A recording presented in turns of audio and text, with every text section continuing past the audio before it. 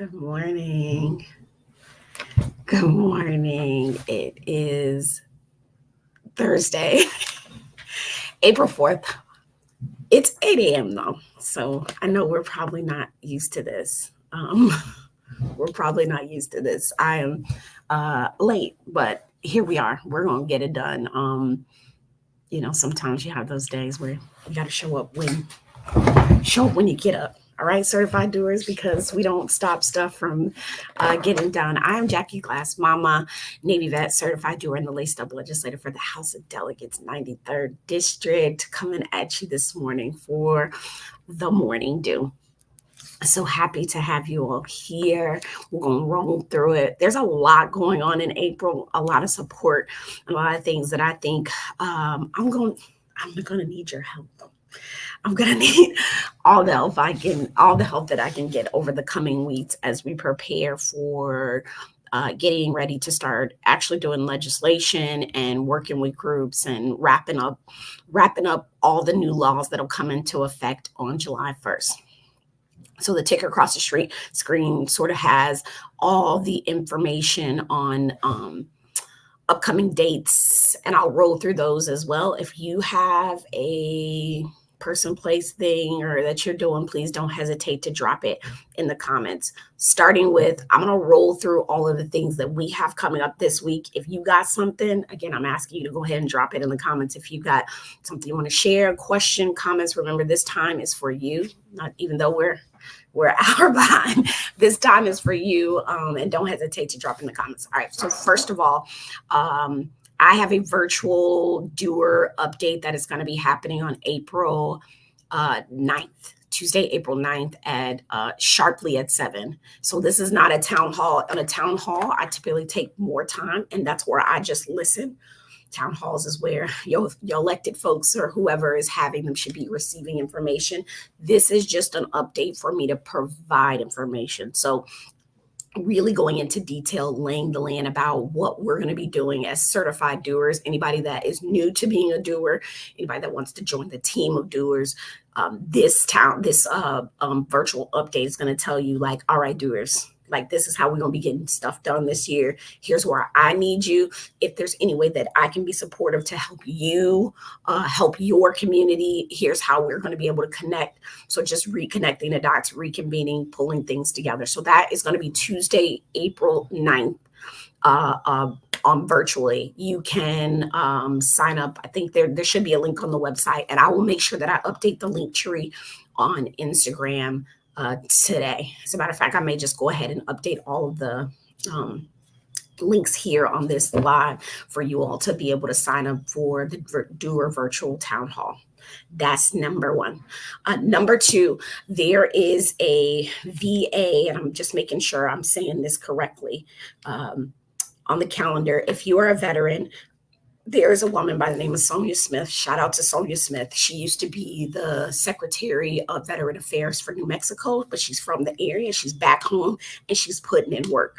She has gotten it so that we are going to have just a part of the commission, because remember I told y'all about boards and commissions and how important they are to how the city do their business. She got back. She bust her way onto the commission for Military Economic Development Commission, and is making sure folks are putting in work. So next week on Thursday, from 9 a.m. all the way until 6 p.m. There's a drop-in veterans clinic, right? It's going to be at Lambert's Point Community Center. It's a drop-in clinic, so you can go there, get your claim looked at, all of the things. So Thursday, April 11th. There's information on the city website, and I will make it a point. And I've been saying, I need to post these things, but I need to post these things. But it's at Lambert's Point. It's from 9 a.m. to 6 p.m. Got it? 9 a.m. to 6 p.m. Veterans Claims Clinic. So if you know some folks that have just been dragging their feet on getting their life together, then this is the thing. This is the thing to get them at. Come on. Saturday also, right? Saturday, April 13th, there's an event called Investicon that's going to be at Tide TCC, a really amazing event from a group called the Young Investors Groups that works with, we always be complaining about the youth, always, always complaining about the youth. And this is an event that is family friendly. You and your people, Saturday, April 13th, go out to TCC and learn about investments, family investments, how you all can do things together. So it's really, really yes, please, Beth Kiana, share with your Young Investors Group. If you go to investicon.org, that is where you can get all the information for this particular event. And let me tell y'all too, if you have a particular event that you want me to share right now, please drop it in the comments. If you have something, drop it in the comments so that I can share here, because I want to share your space. If you have a business, right? Like you personally own a business that you think is a doer good business, drop it in there. I can share it here. Okay. That part, we're going through the calendar. Got it. Then on Monday, April 15th, as you all know, I've been working really hard at just showing up in a very meaningful way to the community to do this role as a delegate, learning what it is, how it is, and how I can be the best ever. I feel like that goes on a mug. I want to be the best ever. But this job that I do, I'm a citizen legislator, right? And what makes it different being a citizen legislator is that, I have to keep a whole other life. It is a full-time job with part-time pay and essentially part-time support. So right now I am in heavy fundraising mode, as what I earned over the past years I've used to keep a good staff. So I have a fundraiser on April 15th at Elation Brewery from 5:30 to 7. But if you feel so compelled, I have a link on this live where you can help contribute. I try to walk the talk, if that makes any sense, and make a way. And I am about us doing this job well. In my office, I take many of you may already know that I'm a veteran, right? I was served in the Navy for 11 years as a cryptologist. And when I got out of the military, and it was really difficult to transition, there aren't always all of the tools, parts, and materials. So I found myself stumbling and trying to figure out what am I doing with myself, where I transitioned from Florida to here. And it was just a lot. So when I got elected, I realized there were not a lot of women veterans participating. So right now in the political process, it's not a lot of moms participating in the middle political process. So I committed myself to making spaces for those groups of people. Hey, Robin. So my office, what I did, and I'm the only legislative office that has done this, I've certified myself as a V3 employer. It's a program called Virginia Values Veterans, where companies, both large and small, make a commitment to helping veterans be a part, helping veterans transition and providing employment opportunities. Well, here's the hack, y'all. In order to do this job really well, being a mom, being a wife, having to have another job, another job. And just really, I'm a person who loves to be in the streets. I have to have a really good support team, right? To be a good executive, I've got to have a good team that can also help me complete my executive function. I have a staff of 4, or during session, I had a staff of 4. 75% of my staff was veterans. 50% of my staff were women veterans, and one of them had just transitioned. One of them had been out for 3 years. There's this thing that said, veterans move around every 3 years. So the hack in that is not only do I get a team of people that understand mission and can show up for you all and show up for the work that we do. They get it. They get that piece of it, that it's mission first, and our mission, let me go through our vision. Our vision, we envision a commonwealth where it doesn't matter whether you're come here, from here, or passing through here, you feel safe, supported, and empowered to improve your quality of life. Right? That is our vision. And I make sure that everyone and the doers, we're going to get back into the doers, we're going to get back into understanding why that mission matters. Let me open up here, why that mission matters wholeheartedly for all of us in the work that we do. Secondly, just opening up here. Secondly, we have my mission, right? My mission in this role, right? Our goal is really simple. We educate, we advocate, we celebrate, we legislate to ensure everyone in our community feels included, valued, and achieves measurable success. Any good company, any good space and place is going to have a good mission and mission statement and a vision statement, and we are very clear about what we're here to do for you all. But it's a tall order. I have to raise $30,000 pretty much by April 17th. And for the year, in order to keep my staff, I have to raise about $150,000 to $200,000. Right? The state gives us a very tiny bit of money to have one person on staff, or we can split that in half and do 2 people on staff. It doesn't always work that way. Like, it just doesn't. It's not always the healthiest thing to have. Just for cost of living. So having these retired, I have 50% of my staff, it was retired veterans. That allowed me to know that they had another income and they also had health care.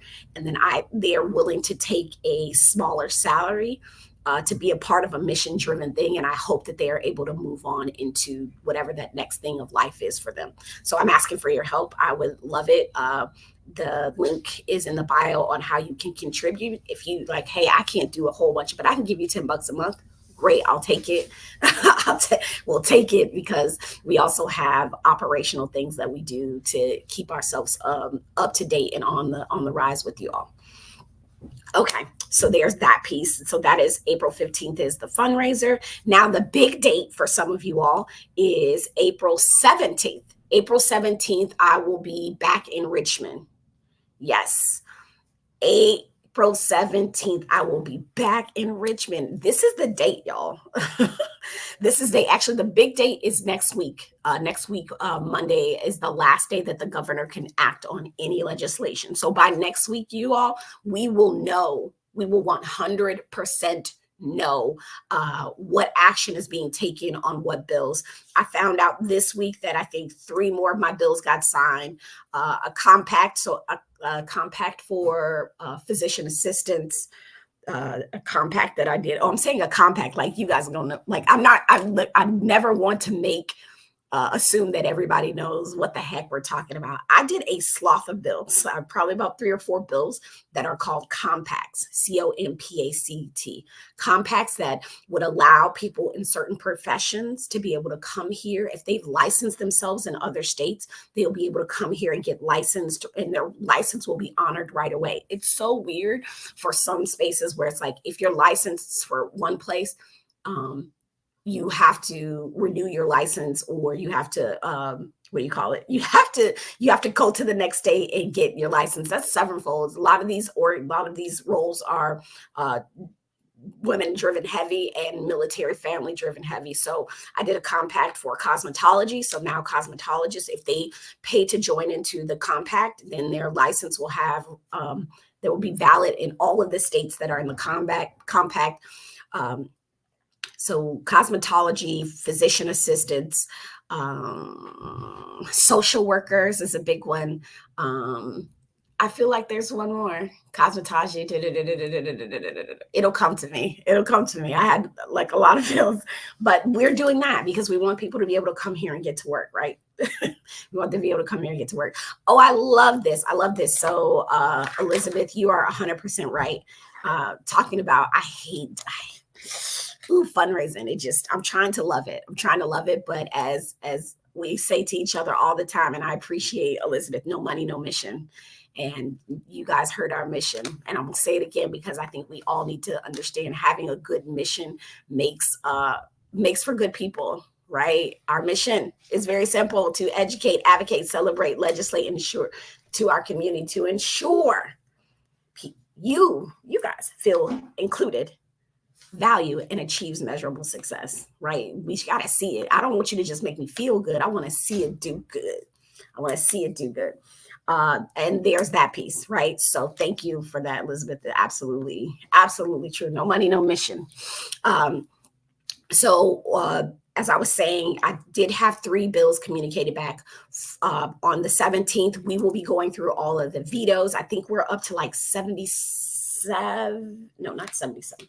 Maybe it's 77. I'm not 100% sure. I'm reading, trying to keep up with how many bills the governor has already vetoed and the kinds of amendments. So that day could be a really long day. It could be a really short day. I doubt it'll be a short day because both the House and the Senate have work to do. Unfortunately, I'm gonna share this with y'all because we people.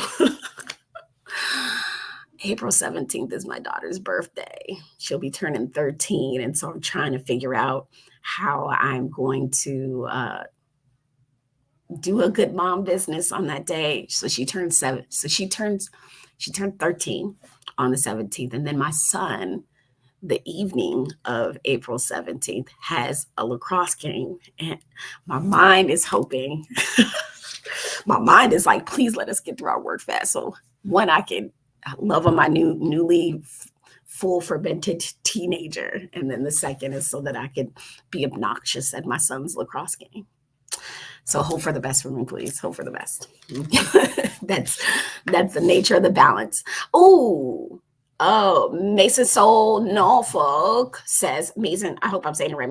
Mason Soul says, our community closet is ready for your donations. All right, y'all. Community closet, please bring them during store hours so we can go through your donations. Can you put, may you go ahead if you can on, this is on Instagram, y'all. So if you can put your store hours and location in the chat, and I will share that again at the end just to make sure I'm giving everybody all the spaces and places, right? So I'm back in Richmond on the 17th. And then, y'all, I don't know if y'all have heard about this, right? I don't know if you have heard about this, but it's a big deal. Okay. Every year since I've been in office, we have held this event called Norfolk Can Fly. Now, this year we've done it even bigger. We are so like heavy partnering with Aviation Institute maintenance, and it's called Fly Norfolk. It happens at Norfolk International Airport. Okay, Norfolk International Airport. Let me tell you.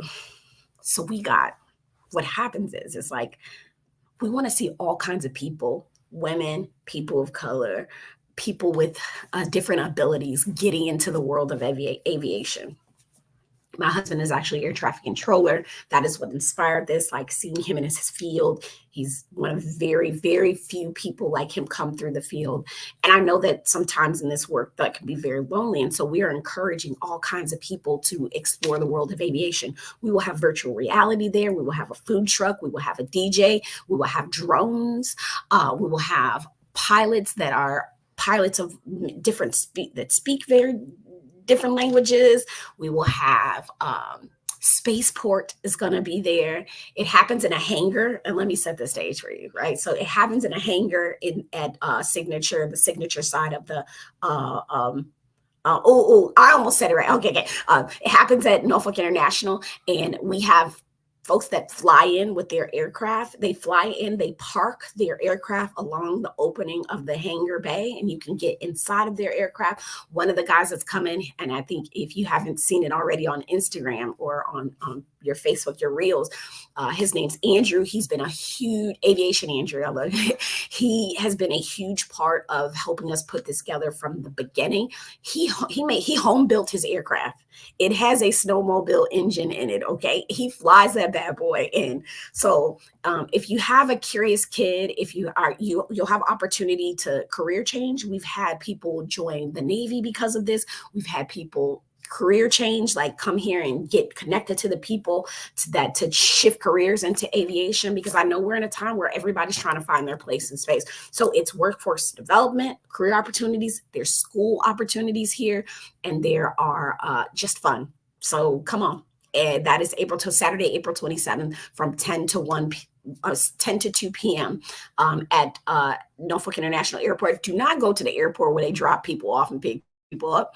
It is the backside of Norfolk International Airport that sits on that Virginia Beach line. So if you see two different addresses, it's the same place. It just one piece of it sits on one spot and one piece of it sits on another spot. So it's in two different spaces. Ooh. Oh, I froze up for a second.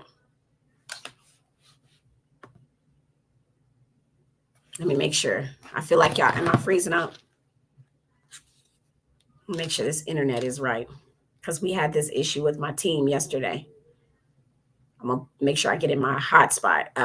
But that's it. It's a really amazing event. A really, really amazing event. So excited about it. Can't wait. Okay, I'm not. Okay, good. Thank you.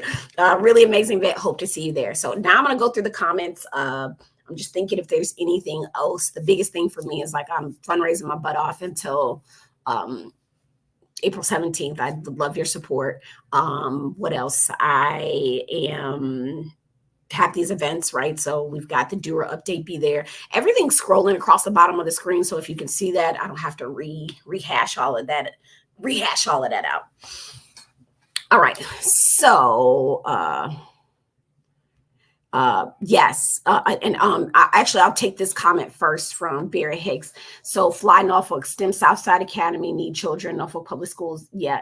Yes. So when I first started doing Norfolk Can Fly, actually, Barry, we wanted to do it at the STEM Academy. Like we were trying to work with the folks at Norfolk Public Schools, because I thought that was a great place to host it. They were willing to fly in a helicopter into the area where the school was and like make a big deal of it. We couldn't logistically we could do it. We just couldn't get the school system to marry things together to be able to do it.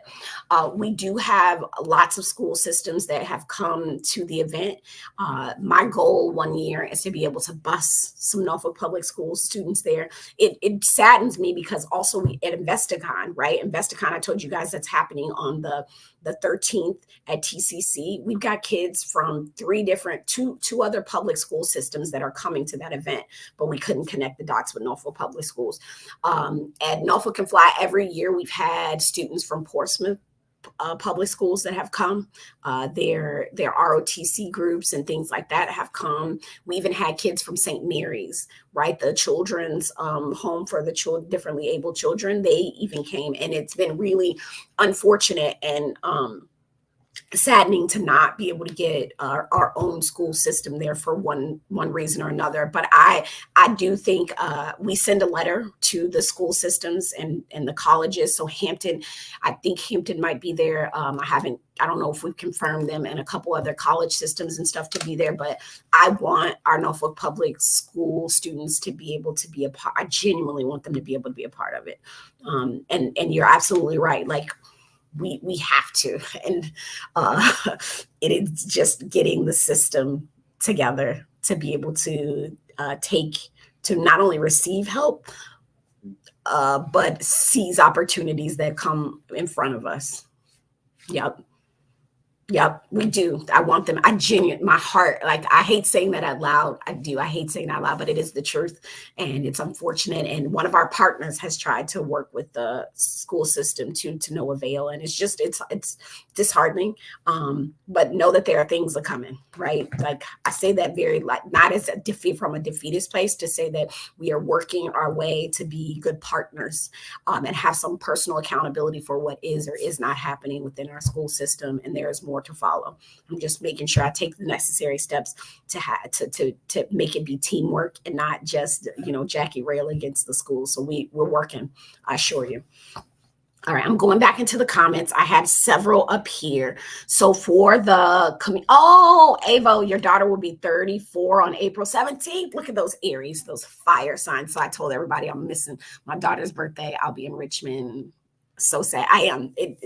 I'm just like, let's get this stuff done. So 34, April 17th, them Aries, they are fire, fire, fire. Tell me it's going to be okay. She's 34. I have 13. Tell me it's going to be okay. She's going to always be sweet. I don't know. Oh, yep. And I saw you told me how to say it. You told me how to say it to make sure. Mason Soleil. So said Norfolk said her mom missed her 13th birthday, but she left the greatest gift behind. That's the problem, okay? Please judge me. I take judgment. I love to think critically about myself, but my daughter is not difficult. Like I could get her the easy thing to do, like get her some K-pop cards or, but she's so different, so different. And I'm just thinking about what would be a really amazing gift. She keeps saying, just buy my Amazon cart. You know, I keep an Amazon cart. That Amazon cart is $800. Okay. Look, yeah. That's my whole delegate check for the month. Okay. Like I can't, but I'm going to figure it out. I'm going to figure out what a great gift. Those are comments that are on Instagram. I'll figure it out. All right. So, Mason Soleil, store hours. Remember they have the closet, the clothing closet that you can drop off clothes there. Tuesday through Saturday, they're open from 11 to 6 and Sundays from 11 to 4. So Tuesday through Saturday, just not open on Mondays. So open up 11 every day, 11 to 6 almost during the week, and 11 to 4 on Sundays. So check them out. Amazing Soul. Got it? Britannica. Okay, Kevin, you just put this in here. Britannica, the link in Instagram, we can't click the links, but I will look up what that is. It looks like comparative law, Somerset versus Stewart, Black Acts of 1723. I am actually dyslexic trying to say it right. It looks like it's a YouTube channel. If you want to give me a synopsis of what that is, then great. And I'll try to take a look at it later. All right. Got it. Oh, it is the Nok culture history of, I don't know. Okay, got it. What else do we have here? All right. Any questions, right? So this is your opportunity. This is your time. I've done a lot of talking about what I'm doing, what I need, how I'm doing it. Drop any of your questions or comments into the chat. If it can be about anything, it doesn't have to be about legislation. This is the time that I share with you, and hopefully in a meaningful way. I hope you get something out of this, this time that we spend together. I'm looking to make sure that I'm not forgetting anything before we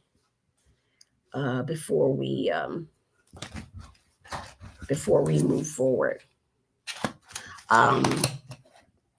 I will say I do hope to see you guys at the Certified Doers virtual update on the 9th. Here's why: because I've already started receiving emails from folks about legislative ideas, right? They're like a really good idea we got was they still shackle juveniles. Like it's a whole thing. Sent me an article about how in Virginia we're one of very few states that still shackle youth offenders in our prison system. Like, can that be a thing? Can we eliminate that practice, as it has been said to be something to eliminate across the country?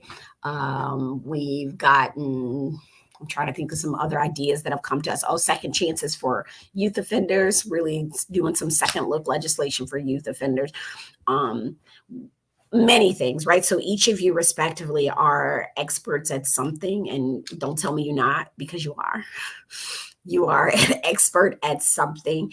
And what that does is you being really amazingly smart on your thing affords us the opportunity to connect with you and have better knowledge as we interface with all kinds of stuff. All kinds of laws come my way, and sometimes I'm leaning into community people. I may connect with a lobbyist that may be closer to it, a professor. I've actually called it, my team has called a university up to talk to a professor to help us understand a piece of legislation. So it is many hands in this work, and we try to come with the best information that we can. And let me just say this, though, I am mature enough to change my mind about something, right?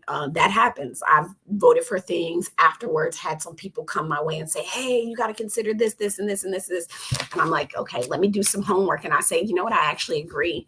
Maybe I don't think I took a good vote there. So now I know, right? I can't fix hindsight. Hindsight is 2020, but I can move forward from a place of more knowledge, more skills, and abilities to make better choices.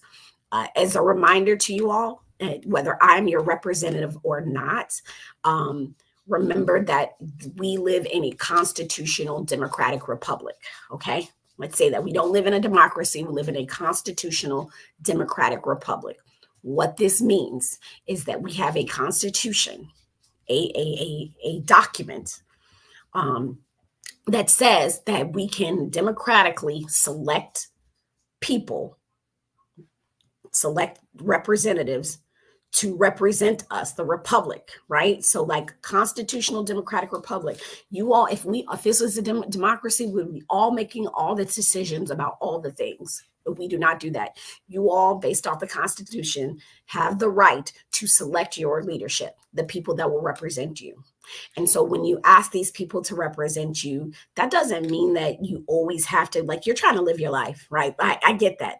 You are trying to live your life. So however you decide to interface on the thing that matters most to you is super important, and we need it. I don't care if it's about and I'm saying this because we literally had legislation this year about it. I don't care if it's about invasive species plants. Okay. If you are like, look, this plant is ruining our earth, our ground, and we need something to help protect us, then great. Then, because I needed that information. I told her a lot of laws about invasive species plants. It was weird. And I think that bill actually may have gotten vetoed, but there's something for everyone. All right. So find your space, find your place, and you don't have to be here every Tuesday. Maybe you see us at an event, you send us an email or whatever that is. As long as you're doing something that improves your quality of life and you feel empowered to do so, you're doing. And I thank you for just even being here. Okay, so I've got a question here. Good. And then I'm going to wrap up, right? We've done our 30 minutes here. So I'm going to wrap up. If I don't get any other questions, I'm going to see y'all on the flip side, hopefully on Tuesday. So Avo6302 on Instagram asks, what is this talk about reducing education benefits for disabled veterans families? Yeah. Okay. So there's not a reduction. What it is I'm going to actually pull this up because I've been going through it. And it's something that when we do our call with our caucus, meaning with the rest of the people that sit on the same team as me, I'm pulling up my email. We knew that there was going to be legislation that was going to come forth this year. Excuse me. Oh, I'm hiccuping. We knew that there was going to be, let's see, education benefits. It's called last payer, last payer benefits. Let me see, where is it at? Because I had to pull it up. I had to pull it up. The executive branch was working on this thing where they were trying to make it so that you have to exhaust all of your veteran benefits. You have to exhaust for schooling. You have to exhaust. It's called last payer. That's what it is that the state would be the last payer for some of the programs in order to get educational benefits. So essentially, they were saying that people that are using their veteran benefits for school, right, a specific program, that they would have to exhaust the benefits of that program before the state comes in as a last payer, right? What that does essentially, and for those of you like, well, that sounds great. Well, when we get these educational benefits, this is not a freebie. It's to help us be able to advance ourselves on the other side. Like, it's not like, it's an earned benefit, right? We did not get it because of income. We did not get it because we're super smart. We did it because we chose to allow the United States governments to essentially own us for however much time, right? And we get to choose if we use that benefit for ourselves, for our families, or however we use that benefit. It is a benefit, not something that was just given to us, right? So essentially, if I could explain it in a way that would make sense to everyone, is if you worked really hard, I hope this makes sense. If you worked really hard and you were like a couponer, right? And you clipped 5 coupons for this item, and you're like, man, I clipped these coupons. Actually, let me just say you clipped a coupon for the item. And the store was like, you can't use your coupon or get our discount until you use all the money that you have in your pocket to pay for this. Does that make sense? Like, no, you can't use the coupon. You can't, because if you have the money for it, then you can't use the coupon. And that's essentially what we're saying. Like, no. This coupon is an added benefit to shopping or purchasing this product, because I did the work to clip the coupon and bring it to the store, right? Like, if you didn't do that, then you don't get to use it. So that's what it is. And it's unfortunate. I've had conversations with people that really care loudly, and that's how we got the heads up before the legislation came in. So the legislation didn't get, and this is what y'all need to know because this is important, right? So it was a bill, right? The bill was never heard because we knew it was some BS, right? So we did not even hear the bill. But what the executive branch, the governor's teams, what they decided to do was they tried to put language about this in the budget. And that's what we call legislating through the budget. And if you've been around with me for a little bit, it's something that I learned about the first year I was here in office, and also recognize that Dems have done it, Republicans and do it. These politicians, they do this to each other. They put stuff in the budget instead of going through the lawmaking process. And that's what they did here with this EVO. I hope I'm saying it right. AVO through 6302 is that they put the language in the budget with that has the money allotted for the educational benefit to say that the state is the last payer. Does that make sense? I hope that's clear as mud. It's there, and I 100% will be advocating against that.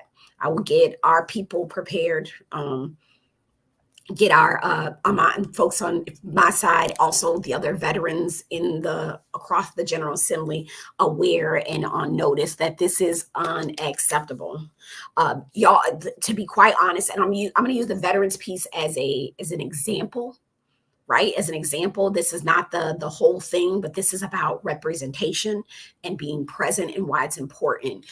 2 years ago, when I got elected, there was a bill to reduce military retirement, right?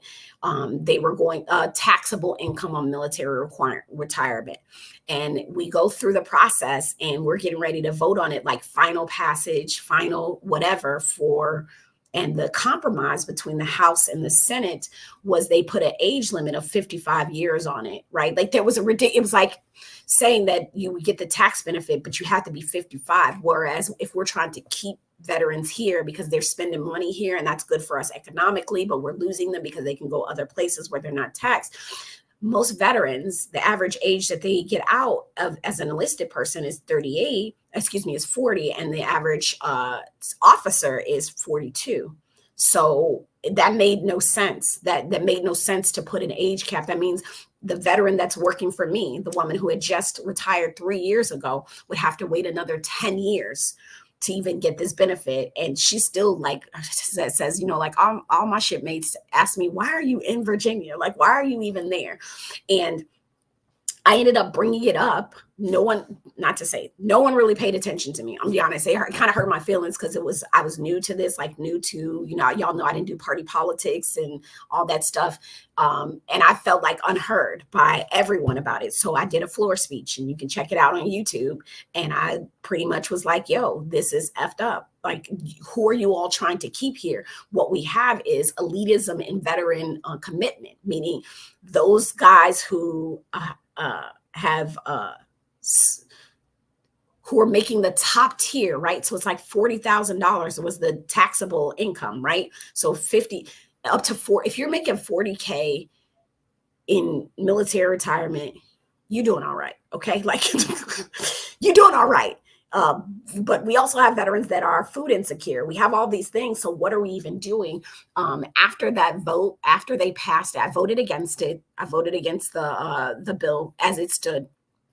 And I immediately got on the phone and called on my way home because it was a Friday. I got on the road and I called the governor's office. And I was like, you all need to fix this. You have so just like what's happening right now, we voted how we're going to vote on all the bills. And now we're waiting on the governor's side to do their work. They have the opportunity to veto, change. They can make amendments. They can change. They can do all of this. And so my phone call to them was like, fix this issue. Y'all have the opportunity to do it. And again, I was disappointed because what I got from them was like, well, like it's happening. So there's nothing we can do. Well, there is absolutely, like, you have a pen, pick it up and amend that stuff to say that we're going to take this 55-year requirement out and then step it, right? Like, you can lower the ceiling, say like, we'll be able to tax less. I'm sure they'll take that $20,000 if it's a money thing. You make the non-taxable amount less, and you get rid of the age requirement, which helps you keep people here. It just did not compute for me. So they did nothing. Right? The governor's office, the legislature did nothing. The next year, I brought the bill back, and we were still Republican controlled. So their side got to bring it forth. I was really saddened because even from my side of the aisle, right, Democrats and Republicans alike were just like, you should just be thankful that we're doing this. And I was like, yeah, but this is what happens when you don't have people in the room. We do stuff when we tell the public to just be happy with what we're doing, and it doesn't serve them. Right. So it doesn't serve them, and it doesn't meet the end goal that we have in mind. And I have a problem with that because I'm trying to begin with the end in mind. We collectively, and not the selective we, because the legislator is the selective we, the collective we, you and I, us are sitting here trying to understand what's happening in the process, because it sometimes feels like legislation and these processes are just happening to us. Right. And I don't know if you were like me on the other side of things. I didn't really care about politics or anything like that because I was on active duty for 11 years. It didn't matter until I got out of, being owned by the United States government and had to start living my life, that I started thinking like, what the hell is going on here? So I say this to you all because it is so important that you are participatory. If you are not seen, you will not be seen. And I mean that. If people don't see you, they will not see you. So I show up with several different identities. I show up as a woman, right? I show up as a Black woman. I show up as a veteran. I show up as a person, as an educator, right? I taught while I was in the military. I show up as all these identities. And if you have an identity that you feel like you can look across this body that's legislating your life, and you don't see yourself represented in there. Oh, I see myself as a mother, because that's a whole nother piece culturally of what's expected, then I need you to participate. I need to see that. We need to be interfacing with your identity. How many people do we have in the legislature that has disabilities, right? Like, that's real. There is not a person in a wheelchair. There's not a person that is deaf or blind a part of our legislature. So who is in the room when we're hearing the bills on making sure that pharmacists are able to have a scan on there so that folks that are blind can have this new technology read their prescriptions? Who's in the room to advocate for them? Not a person, right? So they come to our office, they advocate, give us the language, right? Who's in the room saying like, we need to mandate that these sidewalks are the right way because I know what it's like to be being differently abled and not be able to get where I'm going because the sidewalk is jacked up or the car, like these sorts of things. So whatever identity you bring, if it's a pet lover, it's whatever. Like, bring that to the table. It is both urgent and important, and it is necessary. Because again, if they do not see you, they will not see you. And that doesn't always mean elected leadership. That just means presence. And I ask of that of you. Like, I genuinely ask of that, because I find myself pissed off a lot of times because I don't have I'm making decisions about things that I need a touch point with people that are directly affected. And even if I do that touch point, that doesn't mean that's all the opinion, because you and me, we get to live on a spectrum with all of our identities, right? I get to live on a spectrum as a woman, as a mother, as a Black person, as a veteran. My experience is very different from the next person. We get to do that, and we get to honor that in each other. But I need you here. So I will get off my soapbox. I'll get off my soapbox, and I hope to see you at the Doer update. I genuinely hope to see you there. I hope that you are able to put me in your budget, even if you can give monthly. It doesn't matter what it is. It will go to good work. We are working on my team and I. Now that I have a bigger team, I made that decision. I used all my monies and made that decision this year. I will have a transparency statement on my website before the end of the year, so that you will be able to see where we are investing, where we are putting your monies. Right? What are we doing with your money? Because I think people make a big deal about who people take money from and then forget to look at what they're doing with the money. So that's my goal by the end of the year, is to have that transparency statement, so you can see exactly operationally, capitally, what we're doing. I've opted. I don't have a I don't have an office right now, so my team and I are working virtually. I can't afford it right now, but but I will. I believe that we're gonna raise the funds to do the things that we need to do over this year. I believe it. I just know it, and I need your help, and I need you to call people and tell them too. Copy? Y'all got that? You got it. You got it. All right. So until next time, I am Jackie Glass, Mama, Navy vet, certified doer, and the laced up legislator for the House of Delegates, 93rd District. I am hoping that I will see you at Certified Doer Virtual Update, at the fundraiser on the 15th, at InvestiCon, at the Veterans Clinic, at Fly Norfolk. Be there, right? All of that stuff is on all the places. Until next time, let me make sure I wasn't free. Oh, goodness. Oh, I was just making sure. Good stuff. Thank you. Good morning. I remember watching that speech. Oh, okay. Agreed. Yep. Okay. Got it. I was making sure. Sometimes I forget to scroll Instagram. I forget to scroll. Yeah. Correct. Yep. Okay. Got it. All right. We're good to go. Yes. My brother, he says, can you please? Oh, I love this. Hold on. I'm going to show this. He said, I woke up a certified doer. That's right. Like, I woke up like this. We doing. Yes, the link to give is in the bio, should be in the bio for this, but also I know you asked me to text it to you, so I will do that. Good, sir. All right, y'all make it a great day. I'll see you on the flip side. Be well, do great, be great. Bye.